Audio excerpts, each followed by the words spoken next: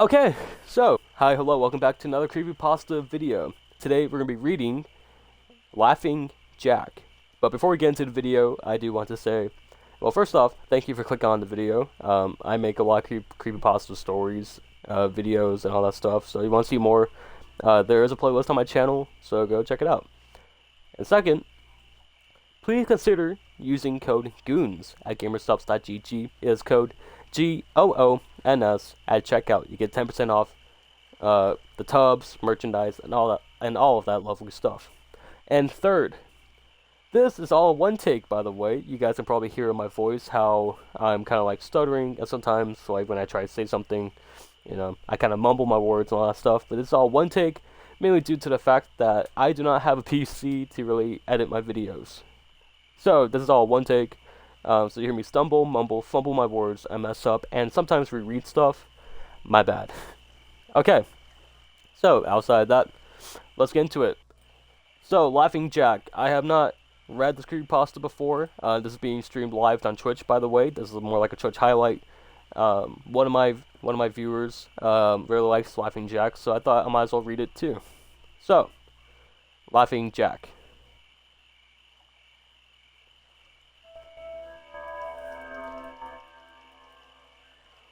Also, hope you all enjoyed the ambience music.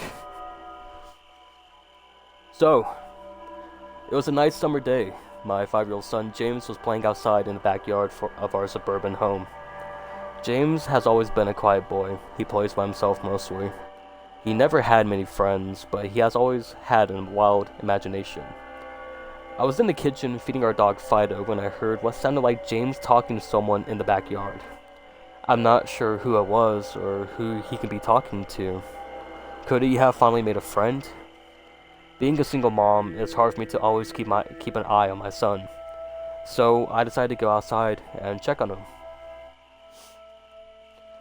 When I went into the backyard, I was a bit confused because James was the only person back there. Was James talking to himself? I could have sworn I heard another voice. "James, it's time to come inside," I called out to him. He came inside and sat down at the kitchen table. It was about lunchtime, so I decided to make him a turkey sandwich. "James, who are you talking to out there?" I asked him. James looked up at me for a moment. "I was playing with my new friend," he said, smiling. I poured James some milk and continued to pry, as any good mother would. "Does your friend have a name? Why didn't you ask him to have lunch with us?" I asked. James stared at me for a moment before replying.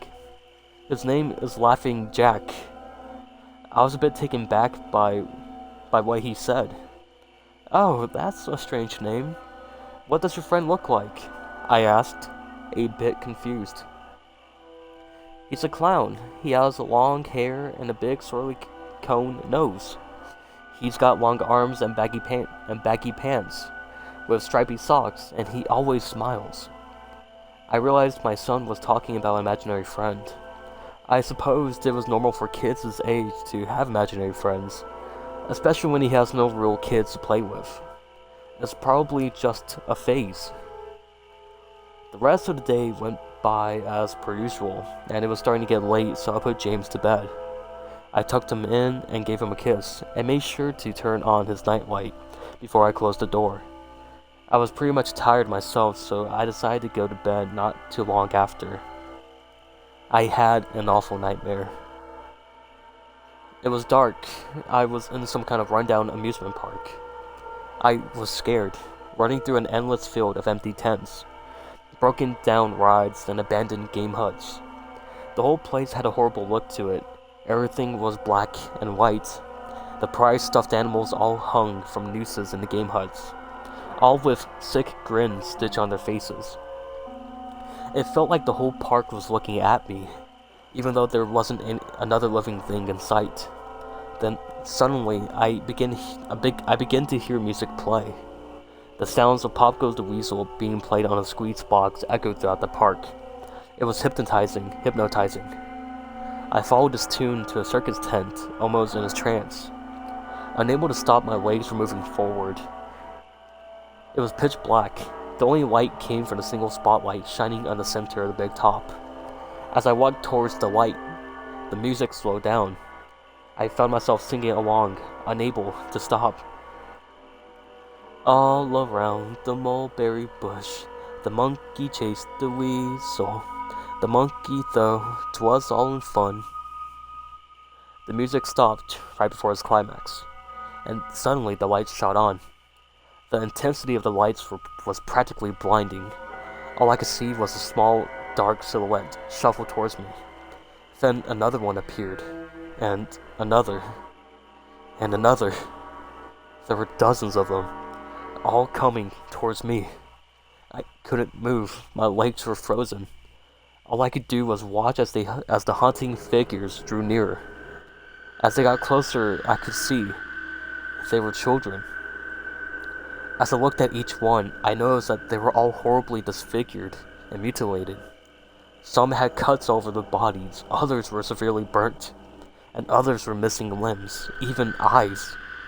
The children enveloped me, clawing at my flesh, dragging me to the ground, and tearing inside me. As the children tore me apart and I faded away, all I could hear was laughter. Horrible, awful, evil laughter. I woke up the next morning in a cold sweat. After taking a few deep breaths, looked over and saw that a few of James' action figures were positioned facing me on top of my nightstand. I sighed. James had probably woken up early and put these here.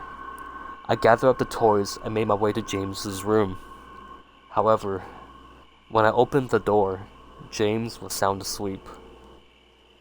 I just shrugged and placed the toys back into his toy box and headed out into the living room. A little while later, James woke up and I made him breakfast. He was quiet and seemed a bit groggy.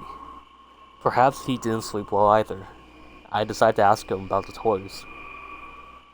James, honey, did you put the toys in Mommy's room this morning? His eyes shot up at me for a moment, then quickly glanced back down at his cereal. Laughing Jack did it. I rolled my eyes and responded. Well, you tell Laughing Jack to keep the toys in your room. James nodded and finished up his breakfast, then decided to go play out in the backyard. I went to relax in the living room, and I must have dozed off because I woke up a couple hours later.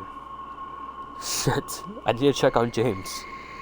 I was a bit worried. It had been over 2 hours and I haven't checked on him. I stepped out into the backyard, but James wasn't there anymore. I was getting nervous, so I called out to him. James! James, where are you? Just then, I heard a giggle come from the front yard. I rushed through the gate around the front of the house. James was sitting on the sidewalk. I breathed a sigh of relief and walked over to him. James, how many times have I told you to stay in the backyard? James, what are you eating? James looked up at me to reach into his pocket and pulled out a handful of hard candies in all colors. This made me very nervous. James, who gave you that candy?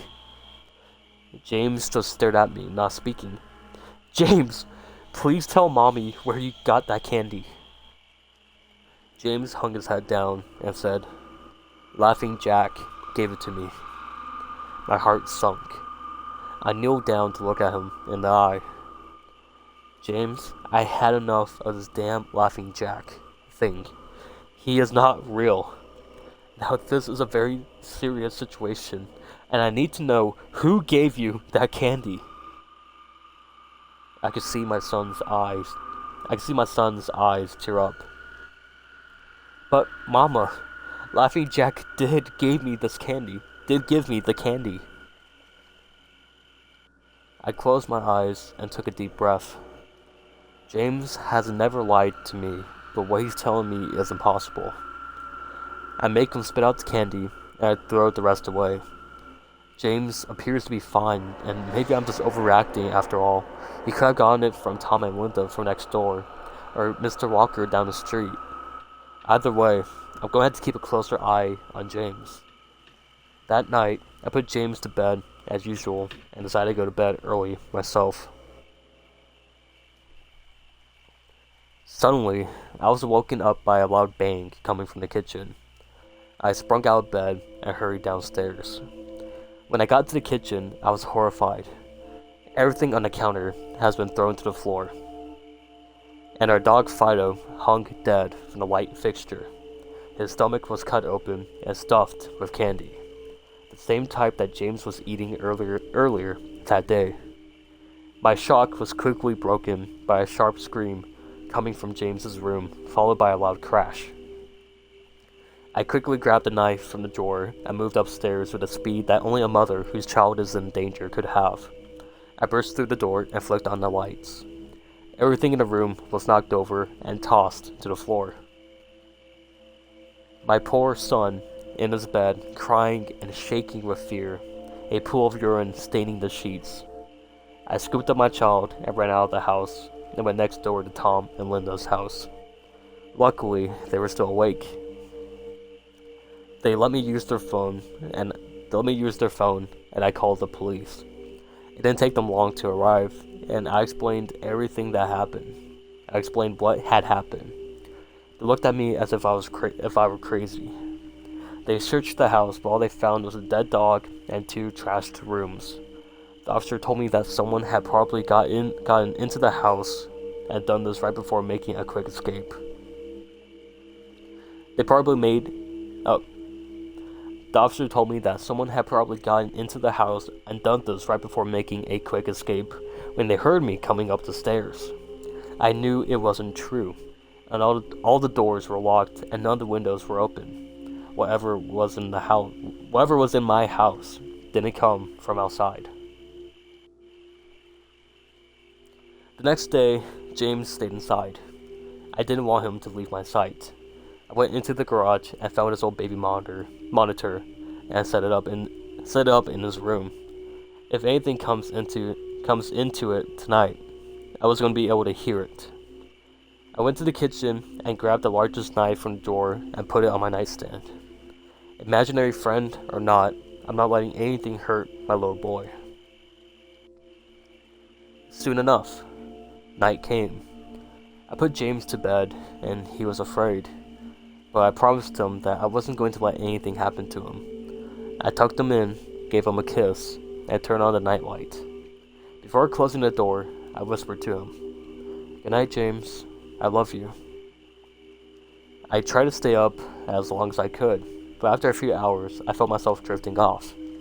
My baby would be safe for the night, and I needed to sleep.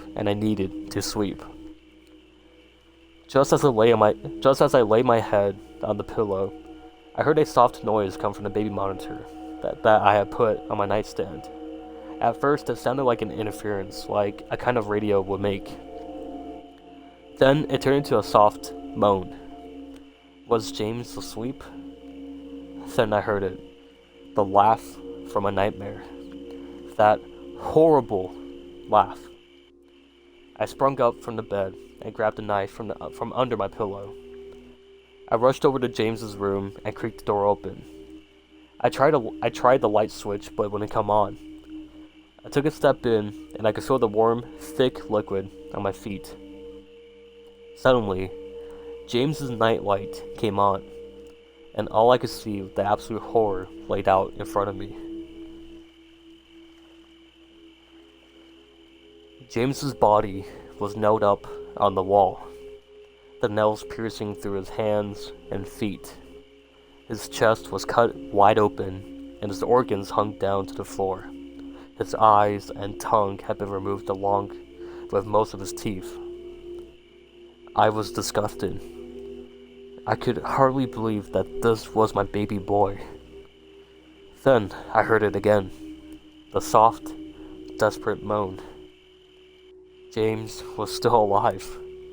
My baby, my poor baby, in so much pain, barely clinging to life. I ran across the room and vomited on the floor, but my sickness was interrupted by a horrible cackle coming from behind me. I spun around while still wiping bile from my mouth. Then, out of the shadows, emerged the fiend responsible for all of this horror. Laughing Jack. His ghost white skin and matted black hair hung down to his shoulders. He had piercing white eyes, surrounded by dark black rings. His twisted smile revealed a row of sharp, jagged teeth, and his skin didn't look like skin at all. It almost looked like rubber or plastic. He wore a patchy black and white clown outfit with striped sleeved and socks. His body itself was grotesque, his long arms hanging down past his waist, and the way he poised made him look almost boneless, like a rag doll.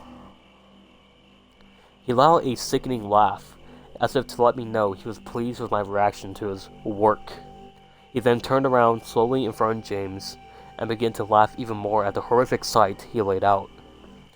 That was enough to shake me from my terror. I snapped, "Get away from him, you bastard!" I rushed at the monster, raising the knife above my head, and stabbed down at him. But as soon as the knife touched him, he disappeared in a cloud of black smoke. The knife passed right through and pierced James' still beating heart, splashing the warm blood on my face. No, what have I done? My baby! I killed my baby! I immediately fell to my knees, and I could hear sirens in the distance growing louder. My boy, my sweet baby boy. I promised Mommy would protect you, but I failed. I'm sorry, James. I'm so sorry.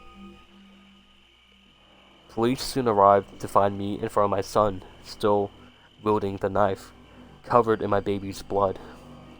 The trial was short. Insanity. I was placed in the Farapoli's house for the criminally insane, where I have been for the past 2 months. It's not so bad here. The only reason I'm awake now is because someone is playing Pop Goes the Weasel outside my window. I'll talk to the orderlies about it in the morning. Okay, so that's the story of Laughing Jack. This one is also written by Snuff Bomb, so really good story. I actually really like that one. Yeah, I understand why my viewer likes it. That's pretty good. I think I was talking about it before. I did read the first paragraph before I read the story. Fido, like that's one I'm like, wow, you really named the dog Fido. But yeah, outside of that though, it's a really good story. I like that one. Okay, I don't have anything else to say. All my links are down below if you want to follow me anywhere. I also have a Ko-Fi link because I don't make any money off these videos. If you do see ads on my videos, I get no money from it. So if you do want to donate to help out the channel, link is down below. I have a goal of getting a PC. And yeah, remember to use code GOONS at gamersubs.gg. You get 10% off at discount. I think by the time this video is coming out, I already did that 3 scary YouTuber horror story gamersubs edition. I know it's weird, but yeah. Okay, so I don't have anything else to say, so I just want to say thank you guys so much for watching, and I'll see you guys later. Bye everyone.